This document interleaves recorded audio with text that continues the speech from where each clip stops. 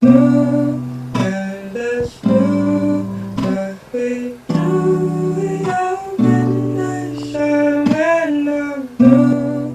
And let's do what we do. Story time about why my mom kicked me out when I was 16. So a little background information. This had all started as soon as my dad left my mom and I. I was like 13 around the time. Well, ever since then, my mom would have different guys in and out of the house all the time. Like, we were lucky if a month went by and she was still with the same dude. Which, I mean, I kind of get it because my dad did leave us for a woman that he had started another family with. But at the same time, it was just a whole mess. Anyway, so she had got with this new guy and we're gonna call him Tyler. And by the way, the dudes that she would date, they would literally live at our house. Anyway, so a week after he moved in, I started getting really close to him, which usually never happens. Usually I would try to keep my distance because I knew how wrong it was of her having all these different guys in the house when I'm only 16. Anyways, every time that my mom would go to work, he would invite me to go see a movie and he would just be really flirty with me. And he was only 6 years older than me, and my mom was 32. You do the math. Anyways, like for part 2. Part 2 about why my mom kicked me out when I was 16. So like I said, the guy was being super flirty with me, inviting me to the movies when my mom wasn't home and all that stuff. Well, then it led to more than just that. By the way, this guy did not have a job, so he was home with me 24/7. And I was doing online school. So we were in the house by ourselves, 12 hours a day, 5 days a week. Anyways, like I said, it led to more and we started doing the nasty and stuff. Ew, just, yeah. Well, the one day after we got done doing the nasty in my mom's room, we had fell asleep.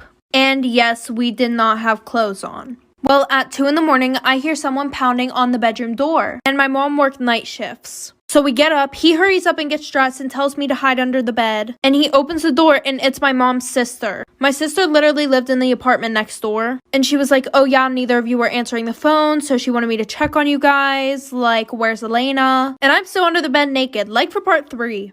Part 3 about why my mom kicked me out when I was 16. So like I said, I'm laying under the bed, no clothes on. She asks where I am. And he's like, oh, she should be in her room. So he goes looking for me everywhere with her. And he's like, oh, well, maybe she's outside on the patio. And I don't know why the hell my mom's sister had a key to our apartment anyways. But she's still looking for me in the apartment and she looks under the fucking bed. And at first she's like, oh my god, what did he do to you? And I'm trying to tell her nothing, like I made that decision on my own. So she calls my mom right away. My mom comes home, she's screaming at me and she kicks me out. So I go to my grandma's house and I told my grandma what happened. And my grandma calls her and she's like, it's not her fault that you gave her daddy issues. And I'm like, bruh, what the fuck? Child, anyways. So then she goes on Facebook and starts posting about how I'm a whore and a slut and how, like, it isn't her boyfriend's fault at all. So y'all remember how PE teachers used to make you run the mile in elementary school? Well, boy, do I have a fucking story for you. So I was out on the field running my second lap and my stomach started hurting because my fucking mom decided to buy McDonald's for breakfast. So I asked the teacher if I could go to the bathroom and that bitch-ass Trump gorilla-looking motherfucker said no, so I just kept running and prayed to Michael Jackson that it would go away. So I'm on my third lap and I have to fart. And on God I pulled a Nessa Barrett. So much shit came out that I could literally make a 4-course meal with it. And a chocolate fountain for dessert. I was about to fucking cry. Obviously I wasn't gonna tell my teacher that I shit myself, so I just said I felt like I was gonna throw up. So I go to the clinic literally holding my hands on my ass so nobody would see my shit. When I get to the clinic the nurse tells me to sit down, but in my head I'm like, bitch, if I sit down your chair is gonna look like the chocolate river from Charlie and the Chocolate Factory. So I just lean on the wall until my mom comes to pick me up. When I stand up off the wall to go to the bathroom, my shit is smeared on the wall and the nurse looks at it and she's like, what the fuck? Was that you? And I was like, ew, hell no. And I run to the bathroom and my whole ass had shit on it, and when my mom picked me up I started crying because she asked what smelled like dog shit and she thought she stepped in something and I had to tell her it was my ass. The story was submitted to me by a follower who would like to remain anonymous. When I was 14, I had a best friend named Lucy, and we had one of those friendships where we were really close really quickly, which I now know is a red flag and usually a sign of a toxic friendship. But I was too young to know this then. Our favorite thing to do together was hang out at the mall. Our parents would let us go alone as long as we abided to one rule. We had to stay together at all times, and we were always pretty good about that. One night we were having a sleepover at Lucy's house and her Uncle Mike came over for dinner. Uncle Mike was pretty loud and goofy. He showed us like 8 magic tricks that night. I liked him, he was fun. But as I was helping clear dishes after dinner, I overheard Mike and Lucy's mom having a hushed conversation in the kitchen. She was like, you've had too much to drink, why don't you just spend the night? So Mike ended up sleeping over that night too. Right before going to sleep, Lucy's mom came into the bedroom, and she told us to remember to shut the bedroom door before falling asleep. When I asked Lucy why she said that, Lucy just shrugged and said, I don't know. But we made sure the bedroom door was shut just like she asked. In the middle of the night, I woke up to the feeling of someone tickling my feet.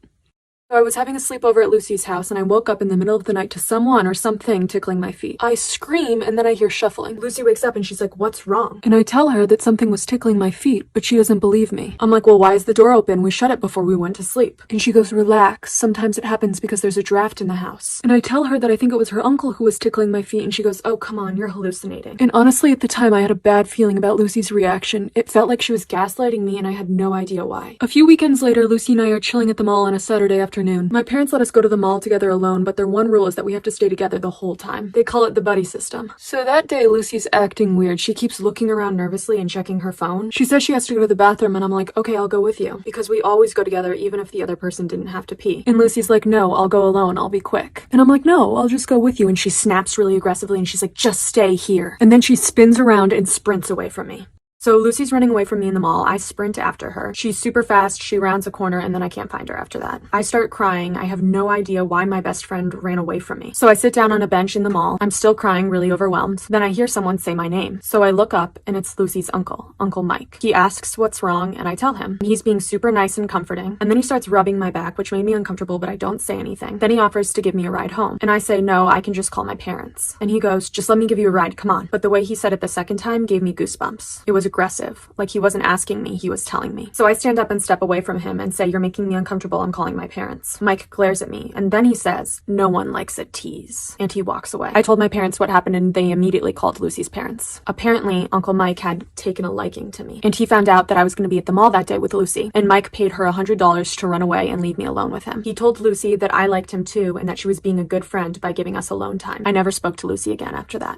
Tell me how your parents found out that you were sexually active. Not only is this story excruciatingly embarrassing, but it is so messy. But am I gonna share it for y'all's entertainment? Yes, I am, because I didn't go through that shit for nothing. I'm gonna get some views off of it. My parents found out not even one day after my first time. And my parents are extremely strict, painfully strict. So this shit was terrifying. How did I get here? I'll tell you. I'm on my phone texting my significant other about it because we would real talk about everything. Communication is key and shit. And the only reason they found out is because the fucking doorbell rang. My dad tells me to get the doorbell, but I see he's heading towards my room. I didn't want him to snoop through my phone again. I grabbed it off the charger and went to the door. He was so mad that I didn't drop everything I was doing and immediately sprint to the door. So he starts yelling at me to give him my phone. Then the severe anxiety takes over. Part 2 is already up. So like I said, the severe anxiety took over. I reached to get my phone from my pocket and immediately delete all my messages. And you know what happened? Do you want to know what happened? My bad! Because I fucking forgot I have the sweatiest hands on the face of the earth. And when I'm scared, guess what? They are even worse. My useless sweaty hands could not swipe the delete button in time. He snatches my phone, takes it to his room and locks himself in there. And I'm here like, maybe he didn't see it. Maybe he didn't see it. My father did not speak to me for weeks. And here's what happened after that day. I wasn't allowed to stay after school. If I did stay after school, my dad told admin that I was not allowed to leave the library. Not even to use the bathroom. I had to use a faculty bathroom. No more school activities. I wasn't allowed to see my friends, although that was already a thing because they planned things last minute and I could never go. My parents need like days notice. And my phone was taken for 2.5 years. I have very little high school photos. He was so mad I had game. The biggest hater. When I had posted this scary TikTok story times, I had like a little bit of views, but then when I came back to my video, I just saw a lot of people subscribing. And I just want to say thank you so much because now I have like 146. I was stuck at 130 something, but after I posted that video, I just kept getting views, and right now it had like 700 views or something. But if you are new, make sure you like, comment, subscribe, and we're going to be posting more videos. Now, like, I'm going to try to stay consistent with my videos. I'm trying to really hard, but I have school and stuff. But I'll see you guys the next time.